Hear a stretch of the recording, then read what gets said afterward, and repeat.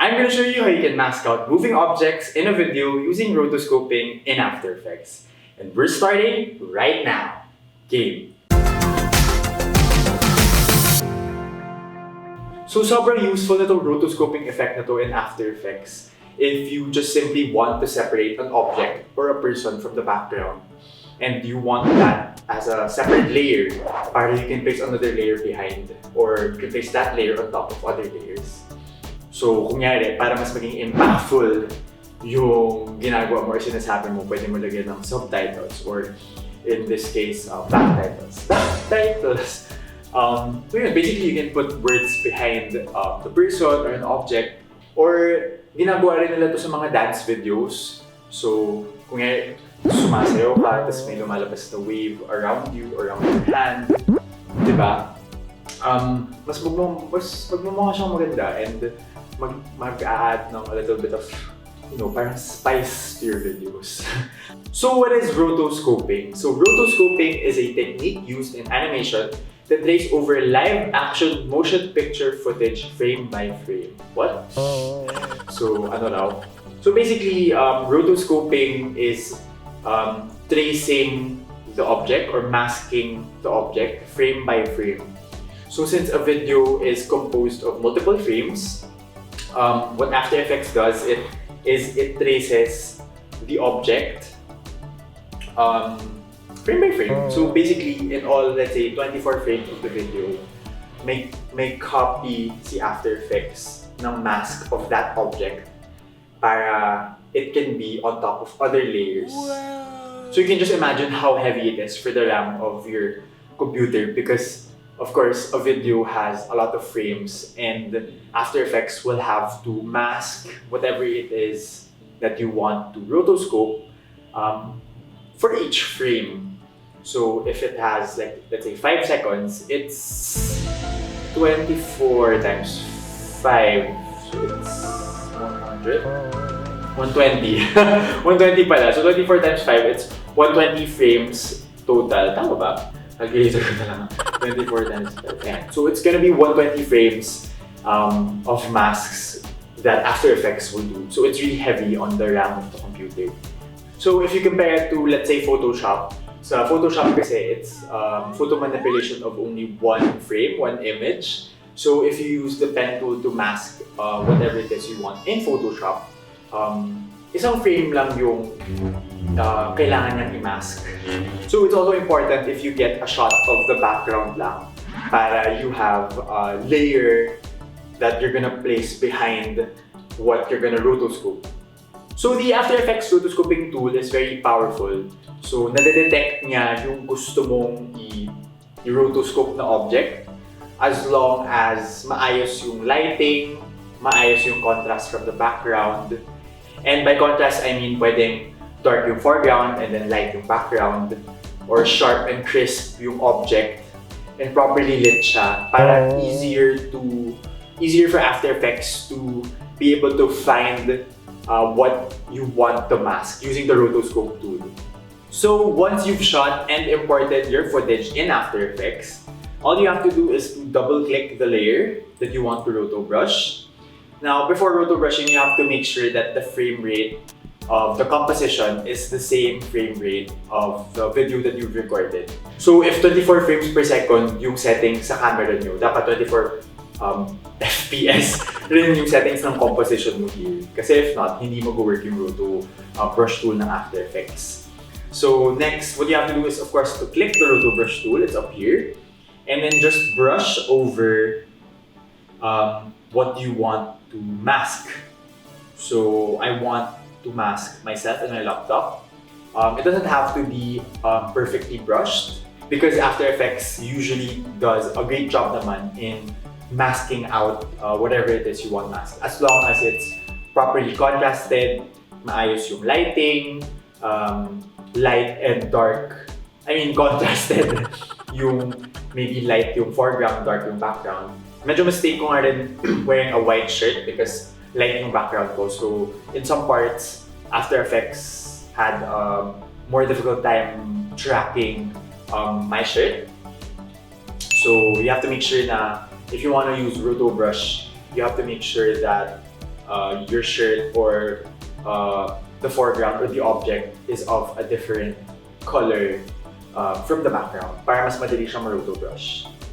So once After Effects has a rough mask of your object, what you can do is brush over the parts that you want to be included. So I'm gonna brush over this part. And then I'm gonna brush over this part kung saan yung hindi pa medyo nakukuha yung shirt ko. So ayan. And if you want to subtract a part of your mask, all you have to do is to hold Option. And then as you can see, magiging red na yung roto brush tool, and once you brush over something, mawawala siya sa selection. So of course, gusto naman natin siya masama. So let me just undo it. Ayan. So once you're okay with the initial mask, yung sa pinaka first frame ng your roto brush mo, just go to the end of where you want the mask to end. So ayun, ilalagay ko yung playhead sa pinakatulo. And as you can see, After Effects is loading. Naglo-load pa siya kasi it's analyzing it frame by frame. So each frame talaga, gumagawa siya ng parang mask that is similar to the mask that you initially created. And sa alam ko, within the video, tinaas ko kasi yung kamay ko. So baka in those parts, hindi properly na mask ni After Effects yung part na yun. So let's go to that part. Ayan. So as you can see in this part, since medyo nag-iba ng konti yung movement and yung shape ng original thing that you masked, hindi na siya na-track properly ni After Effects. So what you have to do is you have to manually include it in your mask. So from the roto brush tool, you just paint over your hand and let After Effects analyze it. So once you're satisfied with the shape, again, you go to the very end or a latter part of the video so that After Effects can start analyzing it again, frame by frame.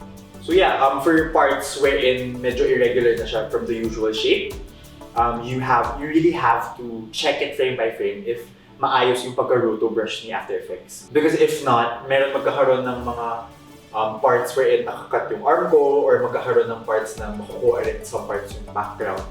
And then yun, masasama siya sa pag-separate na layer.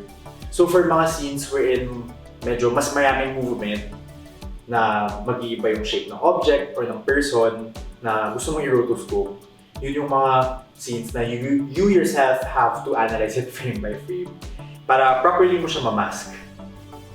So as you can see, as I scrub through the timeline, gumagalaw rin yung pink mask around my head.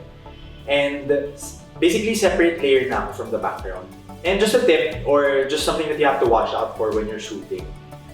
If you want a smoother rotoscoping, minimize the movements, especially sudden movements. Kasi motion blur, pag may motion blur, mas mahihirapan yung After Effects i-detect yung gusto mong i-rotoscope. So kung yari itong hand, sobrang bilis. So meron mga times sa frame na blurred na siya and hindi na siya na-rotoscope ni After Effects properly.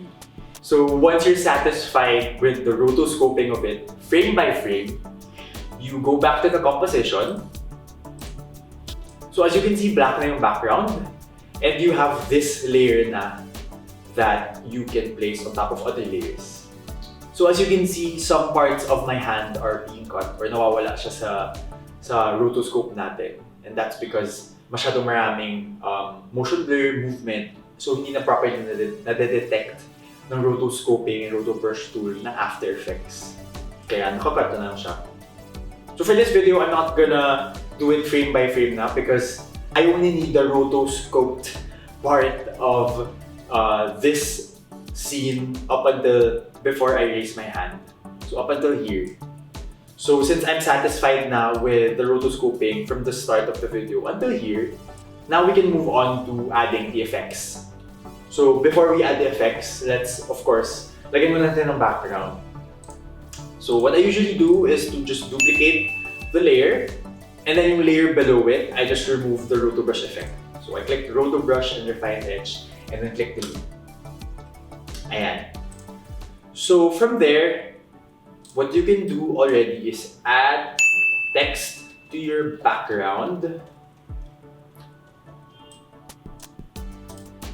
And yeah, lakayan natin.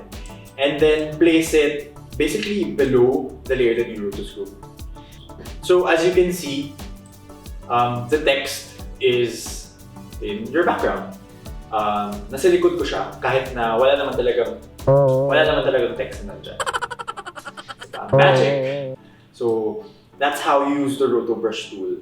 You can really give emphasis on what you're trying to say by simply adding like text in the background, back title, or explosions, or magic, or whatever it is that you want to add in the background. So yeah, basically that's how you can mask out moving objects in a video using the Roto Brush tool and After Effects. And if you want to learn more about Adobe After Effects, Adobe Premiere Pro, or Adobe Lightroom, click the like and subscribe button down below. And also don't forget to watch my other videos right here. Ooh. Ooh. Ooh.